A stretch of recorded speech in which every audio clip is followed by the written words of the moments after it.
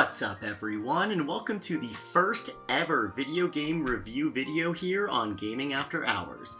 Today we're going to take a look at the first part of the downloadable content package, the Teal Mask for Pokemon Scarlet and Violet.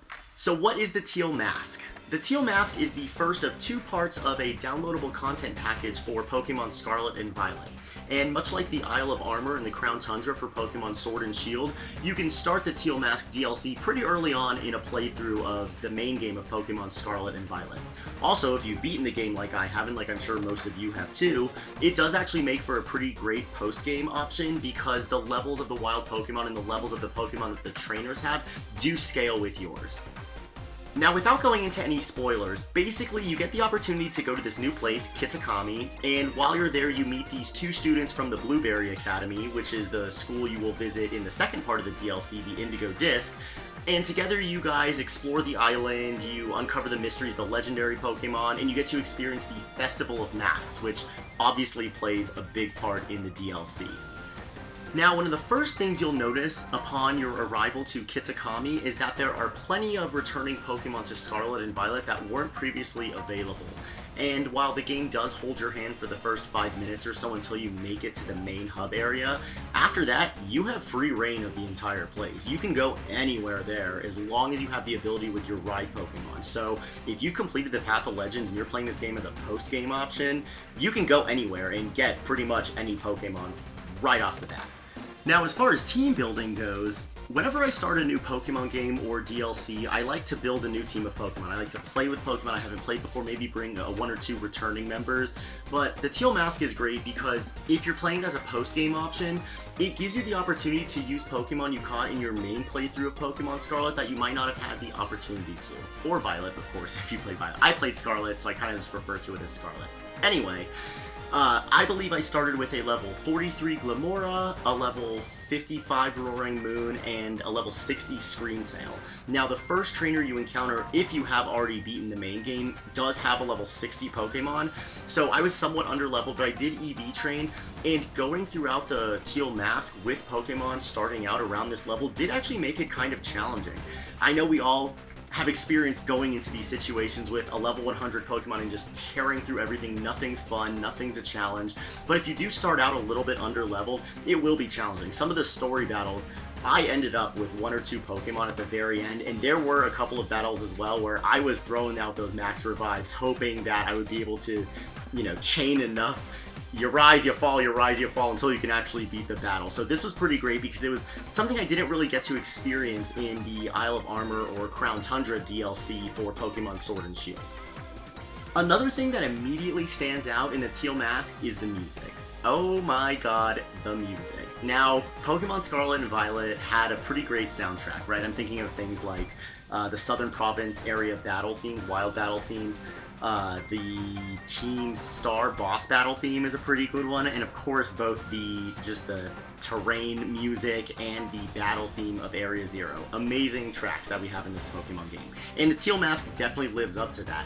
There are some great ambient sounds in the town when you're just in the wild. The wild battle Pokemon theme is pretty great.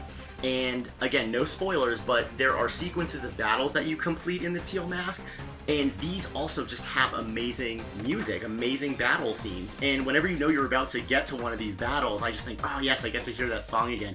And they're actually slightly different versions of them, so they create this sense of growth and this sense of momentum moving forward as you do these battles in that sequence. And it really just creates a perfect mood of like excitement and adventure and also thrill. I told you there were some hard battles in this DLC for me, and I just thought the music, just icing on the cake for those experiences.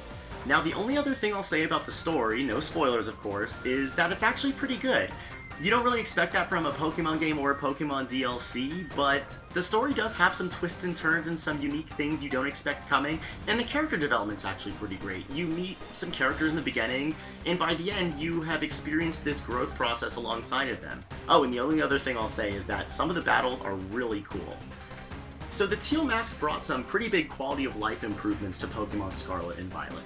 The first of which is the TM machine. Now, before you could go and see which TMs your Pokemon can learn and couldn't learn, you could filter it through the types along the top, but what they did was they made this option where you can filter out only the moves that are learnable by a specific Pokemon, and this just makes it infinitely easier because every move you see then will be learnable, and you can just immediately make a TM and teach it that move instead of having alongside of it all those moves the Pokemon couldn't learn. That's just a waste of time to have to filter through that.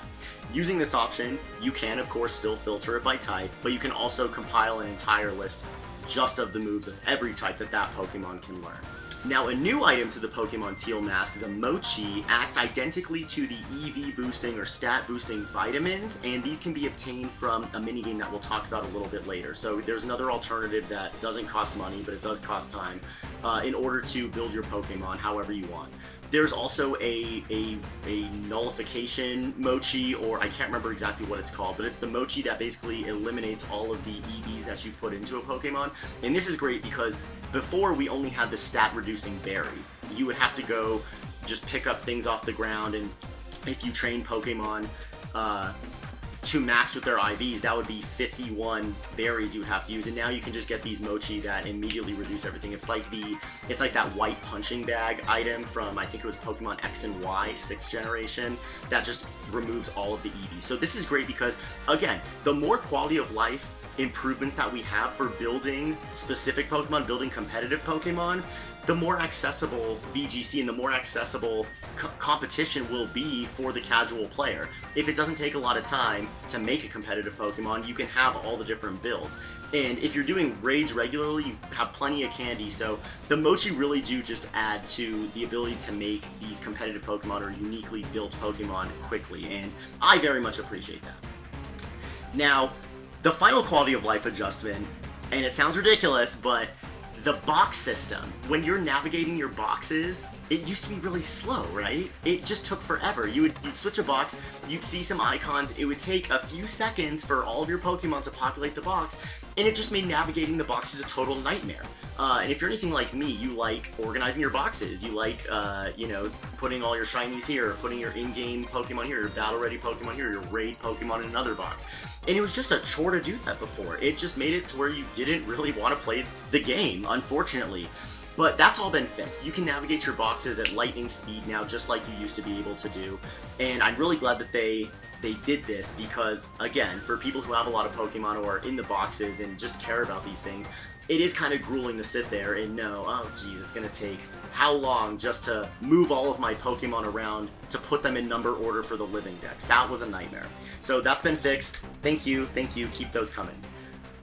There are also a few side quests in Pokemon the Teal Mask. The first is a minigame side quest where you play this minigame called Ogre Oustin, and it's sort of a ride Pokemon, balloon popping, collect items kind of minigame where you can get those Mochi items like I mentioned earlier, or you can also use this to get special berries.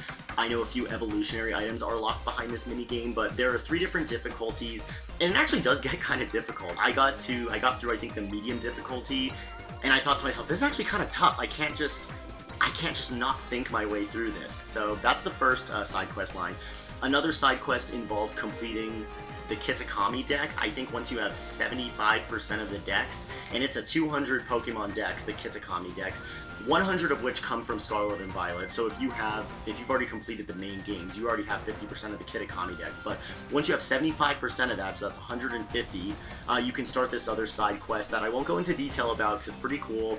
You might have seen stuff online about it. You're not going to hear it from me right now. But that's the second one. And it's made more easily accessible, of course, by the raids that have been added in the last 2 Pokemon generations. Some of the Pokemon in Kitakami require kind of painful evolutionary methods. Not painful, but methods like trade evolution or trade with an item evolution, or things that are not easily available to people who don't have an internet connection or don't have Switch Online or just don't like playing with other players or don't want to seek out other players to play with. So the raids make a great option for filling up your Kitakami dex and also just having fun. I always found myself kind of taking a break from one thing, going doing a few raids here and there. So that will help you get to that 75% dex completion for that second side quest line. Now, the third side quest I want to mention involves a sequence of battles that's somewhat akin to gym leaders. And this one's pretty cool because these trainers are actually pretty powerful and will give you a run for your money if you're not prepared. You can encounter one pretty early on in your adventure, and if you're not prepared, if you went in like I did with low 40, mid 50, and level 60 Pokemon, you might not make it out alive. So know that going in, beware, and if you lose a battle, it kind of just adds to the fun of it. When was the last time any of us lost a Pokemon battle, right? So all in all, I had a great time with the Teal Mask DLC for Pokemon Scarlet and Violet. I think after everything was said and done, it took me somewhere between 15 and 20 hours to do basically everything. To do all the story quests, to do all the side quests, to complete my Kitakami decks. And I think that was a pretty good length, right? I feel like the Isle of Armor and Crown Tundra were significantly shorter, or there just wasn't a lot of content in there, but I felt like this was a pretty good length for a Pokemon DLC, especially considering the price it costs and how this is only the first part of a two-part sequence of DLC. Now, the suggestions I have for going in are, 1, if you played the game already, go in with lower level Pokemon. It just makes it that much more fun. If you're not trying to just obliterate everything, that's the one single piece of advice I would give to make your experience something different, to make your playthrough something different than other DLC, other Pokemon games, where again, nothing serves as a challenge because you don't make it a challenge for yourself. Would it have been nice to have Pokemon to scale to higher levels? Well, yeah, of course, but it's not like that. So I think it's a great opportunity to take advantage of some of those shinies we hunted, some of those Pokemon we caught that we didn't get to use in our main playthroughs, and that for me just made the DLC. It made it great. And finally, who is this DLC for? Well, obviously if you like Pokemon Scarlet and Violet, get the DLC. It's fun. It's just more of the same stuff, kind of. If you didn't play Pokemon Scarlet and Violet, should you play the DLC alongside of it? I think it would make for a nice break in the action from normal Paldea, but at the same time, you can think of it as just adding a fourth main quest line to the other 3 that you're completing along the way. And that's it. So what do you guys think of the Teal Mask DLC for Pokemon Scarlet and Violet? Did you play it? Are you going to play it? Did you love it? Did you hate it? Let me know down below, and I will see you guys next time here on Gaming After Hours.